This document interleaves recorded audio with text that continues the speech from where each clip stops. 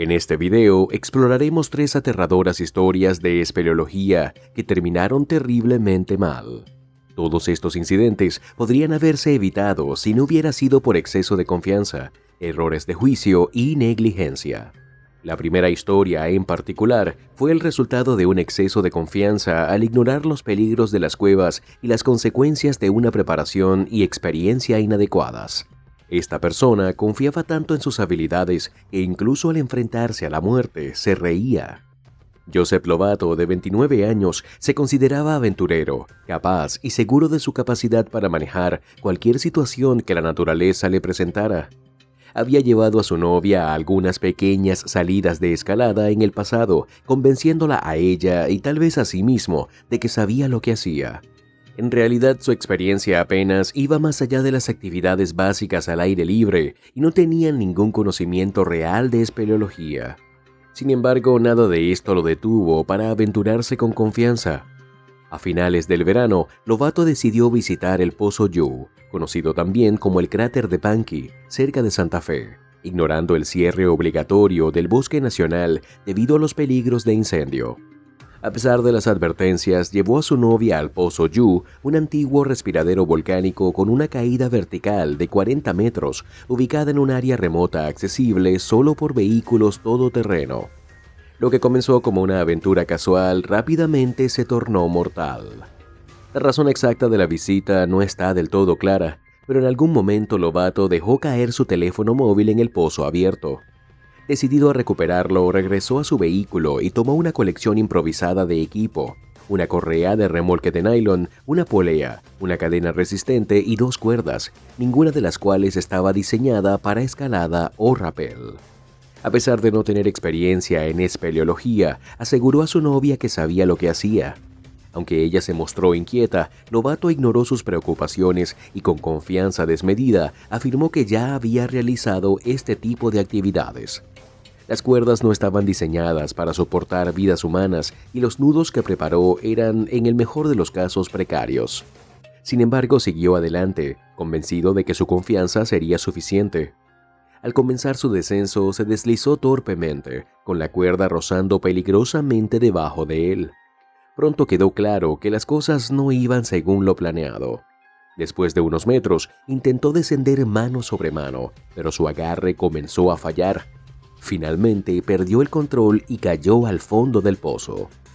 Durante la caída, Lovato dejó escapar una risa nerviosa, casi irónica, como si en ese momento entendiera la gravedad de su error. Aterrizó con fuerza en una cornisa, pero de alguna manera, lo absurdo de la situación lo hizo reír nuevamente. Su novia, observando desde arriba, escuchó su voz resonar desde el pozo, lleno de un humor fuera de lugar. Más tarde, recordó que Joseph seguía riendo mientras caía, pero la risa pronto dio paso a la realidad sombría. Al principio, Lovato bromeó sobre haberse roto el brazo, tratando de calmarse y tranquilizar a su novia. Sin embargo, momentos después, su tono cambió. El dolor intenso irradiaba por su cuerpo. Su espalda comenzó a tensarse y rápidamente se dio cuenta de que algo estaba muy mal. Con el paso de los minutos, el entumecimiento se extendió por su cuerpo. Ya no podía sentir su espalda y pronto se instaló la parálisis. En un pánico creciente, le gritó a su novia que no podía moverse y le pidió que buscara ayuda. La confianza de Lovato se había desmoronado, reemplazada por el miedo. Estaba atrapado, indefenso y soportando un dolor insoportable. Su brazo colgaba inútil, su espalda estaba inmovilizada y cada respiración se volvía más pesada. Mientras su novia corría desesperada en busca de ayuda, sus heridas y la realización de su error pesaban sobre él, tanto como el pozo mismo. Con el único teléfono móvil perdido en las profundidades del pozo, la novia de Lovato se vio obligada a conducir de regreso por un terreno accidentado para buscar ayuda. Después de horas de viaje, encontró un teléfono público y llamó al 911. Para cuando los equipos de búsqueda y rescate llegaron al lugar, Lovato ya había quedado en silencio. Los rescatistas descendieron al pozo solo para descubrir que había sucumbido a sus heridas. Su cuerpo fue colocado cuidadosamente en una camilla y levantado, marcando el trágico final de una aventura mal preparada que pudo haberse evitado. Inmediatamente quedaron cautivados por su belleza. Steve, un hombre imponente de 1.87 metros y 113 kilogramos, nunca había sido de los que evitaban un desafío. Durante la exploración, se deslizó fácilmente por una estrecha ranura hacia un pasaje inferior, dejando que la gravedad lo ayudara a atravesarla. El grupo navegó dentro de la cueva durante horas, pero finalmente decidieron regresar. Cada sonido resonaba en las paredes, otorgándole a la cueva una atmósfera inquietante pero emocionante. Aunque descender no había sido difícil, salir resultó ser una historia completamente diferente. La misma ranura estrecha que antes había sido sencilla para bajar, ahora lo atrapaba por el pecho, negándose a dejarlo pasar. Sin la ayuda de la gravedad, cada centímetro hacia arriba se sentía como una batalla. Su ancho cuerpo quedó firmemente encajado entre las paredes irregulares de la roca y su pecho quedó comprimido entre las afiladas paredes de la cueva. Sus pulmones apenas tenían espacio para expandirse y cada intento de movimiento aumentaba la presión, enviando fuertes oleadas de dolor a través de su cuerpo. Inmovilizado en el lugar, con su rostro presionado contra la fría y áspera roca, Steve comenzó a experimentar serias dificultades para respirar.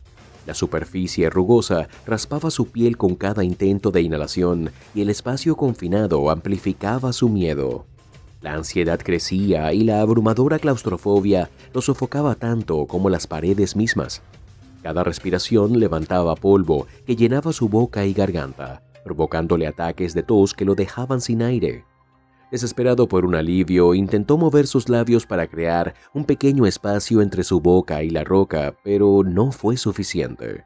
Para empeorar las cosas, mientras intentaban liberarlo, las piernas de Steve quedaron atrapadas en posición horizontal dentro del estrecho pasaje, dejando su cuerpo en una posición brutalmente contorsionada que ningún ser humano debería soportar. El giro antinatural envió un dolor insoportable a través de su columna vertebral y cada músculo se tensó más allá de su límite. Sus huesos de la cadera soportaban la mayor parte de la presión, rechinando dolorosamente contra las paredes de la cueva. La sensación de su columna comprimiéndose, el ardor en sus caderas y la implacable presión sobre sus costillas hicieron que cada segundo se sintiera como una tortura. Sus amigos intentaron liberarlo, pero sin la ayuda de la gravedad, cada intento solo aumentaba su dolor. Pasaron horas, y a medida que el agotamiento se apoderaba de ellos, la esperanza comenzó a desvanecerse. Finalmente, el grupo contactó con la oficina del sheriff del condado de Elmore a las 8 p.m. solicitando ayuda. Los equipos de rescate llegaron rápidamente e intentaron repetidamente liberar a Steve, pero su cuerpo estaba tan firmemente encajado que no había manera de moverlo. En un momento de desesperación, alguien sugirió una solución poco convencional: usar manteca vegetal para engrasarlo. Sin mejores opciones, los rescatistas encontraron un mono y lo cubrieron generosamente con Crisco antes de enviarlo al interior de la cueva para que Steve lo usara. Mientras luchaba por ponerse el traje sobre su cuerpo adolorido, la situación parecía absurda, pero no tenía otra opción. Con Steve usando el traje grasoso, los rescatistas comenzaron a tirar desde arriba mientras uno de sus amigos empujaba desde atrás. Cada movimiento era una agonía. El traje resbaladizo permitía algún avance, pero las ásperas paredes raspaban su piel, y cada tirón enviaba un dolor agudo a través de sus costillas y su columna vertebral. Lentamente, centímetro a centímetro, las paredes comenzaron a liberar su control férreo sobre su cuerpo. Sus brazos fueron agarrados por los rescatistas desde arriba y con cada jalón, Steve gritaba de dolor. Sin embargo, después de casi 10 horas de sufrimiento insoportable, Steve finalmente emergió de la cueva al amanecer. Golpeado, magullado y en estado de shock, pero vivo, Steve fue liberado de su prisión subterránea. Más tarde, cuando se le preguntó sobre la terrible experiencia, respondió con una sonrisa cansada que tal vez volvería a hacer espeleología algún día, siempre y cuando supiera que los pasajes fueran lo suficientemente amplios, añadiendo un poco de humor a su relato. El lago McDonald se extiende unos 16 kilómetros de largo, más de 1.6 kilómetros de ancho y alcanza profundidades de casi 152 metros, lo que lo convierte en un lugar popular para buceadores experimentados. ubicado en las montañas rocosas a una altitud de 961 metros, presenta desafíos únicos para los buceadores, especialmente porque el buceo a gran altitud requiere una cuidadosa atención a la flotabilidad y la descompresión debido a la menor presión atmosférica. En noviembre, el agua cercana al punto de congelación añade una dificultad adicional, con riesgos como la hipotermia si los buceadores no estaban debidamente equipados. El plan para la inmersión de ese día era sencillo. Lana Mills, junto con un grupo de buceadores que incluía a la instructora Debbie Snow, el aprendiz Bob Gentry y un joven de 14 años conocido como E.G., se propusieron bucear en el lago McDonald para practicar habilidades de buceo en gran altitud y agua fría. Sin embargo, varias señales de advertencia pasaron desapercibidas antes de que comenzara la inmersión. Lana había comprado un traje seco de segunda mano, una pieza esencial del equipo destinada a mantener calientes a los buceadores, atrapando una capa de aire entre el cuerpo y el agua fría. Desafortunadamente, su traje carecía de una parte crucial, la manguera del inflador. Sin ella, Lana no podría agregar aire a su traje mientras descendía, lo que haría que éste se ajustara firmemente debido a la presión del agua. Esto no solo restringiría su movimiento, sino que también dificultaría la respiración. Lamentablemente, ni Lana ni los instructores notaron la falta de equipo durante los controles previos a la inmersión. Cuando la luz del día comenzó a desvanecerse y las temperaturas cayeron por debajo del punto de congelación, el grupo procedió con la inmersión a pesar de las malas condiciones. Los instructores sometieron controles adecuados del equipo y una sesión informativa previa sobre seguridad. En condiciones tan desafiantes, esta negligencia resultó ser fatal. Ambos instructores, Debbie Snow y Seth Liston, tenían experiencia limitada con trajes secos y buceo a gran altitud, lo que incrementaba los riesgos. Lana llevaba 20 kilogramos de pesas de plomo distribuidas en su traje seco y en los bolsillos del dispositivo de control de flotabilidad, lo que hacía casi imposible liberarlas en caso de emergencia, aumentando el riesgo de un descenso incontrolable. Cuando entraron al agua, Lana comenzó a tener dificultades casi de inmediato. El agua fría comprimió el aire en su traje, dificultándole moverse y respirar. A medida que el grupo descendía más profundamente, la situación empeoró.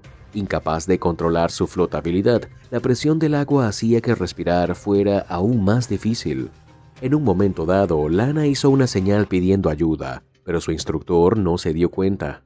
Bob Gentry, un compañero buceador, notó que algo andaba mal al verla hundirse fuera de control. A una profundidad de 26 metros, pudo ver que Lana estaba en serios problemas. Sus movimientos eran frenéticos mientras el traje continuaba aplastándola. En la lucha perdió su regulador, su principal fuente de aire. Gentry intentó compartir su aire con ella, pero ambos se estaban quedando rápidamente sin oxígeno. A una profundidad de 32 metros, Gentry enfrentó una decisión de vida o muerte: abandonar sus esfuerzos por salvarla y regresar a la superficie o arriesgarse a morir también. Optó por un ascenso rápido, alcanzando la superficie en menos de un minuto, un movimiento extremadamente peligroso que lo puso en riesgo de sufrir enfermedad por descompresión, también conocida como BENS. Mientras tanto, en la superficie, Snow y Liston aún no se habían percatado de la emergencia que se desarrollaba bajo el agua. Cuando Gentry emergió, alertó frenéticamente a Snow sobre la situación. Snow hizo un intento breve de sumergirse para buscar a Lana, pero para entonces la luz tenue y las bajas temperaturas complicaban aún más la búsqueda. Finalmente, se organizó una segunda inmersión y el cuerpo sin vida de Lana fue encontrado a una profundidad de 39 metros. La familia de Lana quedó devastada por su pérdida. La recordaban como una joven brillante, dedicada y apasionada por el buceo y la biología marina. Su espíritu aventurero y su deseo de aprender eran cualidades admiradas por todos los que la conocían. Su muerte repentina dejó un profundo vacío en la vida de su familia, amigos y la comunidad de buceo. Tras su fallecimiento, la familia de Lana presentó una demanda de $12 millones por negligencia contra la Escuela de Buceo, los instructores y PADI, la organización mundial que certifica programas de buceo. La demanda acusó a los instructores de negligencia grave, señalando fallos en los controles de equipo, entrenamiento insuficiente y mala supervisión. También cuestionó la responsabilidad de PADI para garantizar que sus miembros siguieran los protocolos de seguridad. Aunque el caso civil se resolvió fuera de los tribunales, los investigadores federales decidieron no presentar cargos criminales contra los instructores, citando evidencia insuficiente para demostrar negligencia criminal. A pesar del acuerdo, la familia de Lana continuó abogando por una mayor rendición de cuentas en la industria del buceo, con la esperanza de que su historia resaltara la importancia de los controles adecuados de equipo, un entrenamiento sólido y una supervisión estricta en actividades de alto riesgo como el buceo.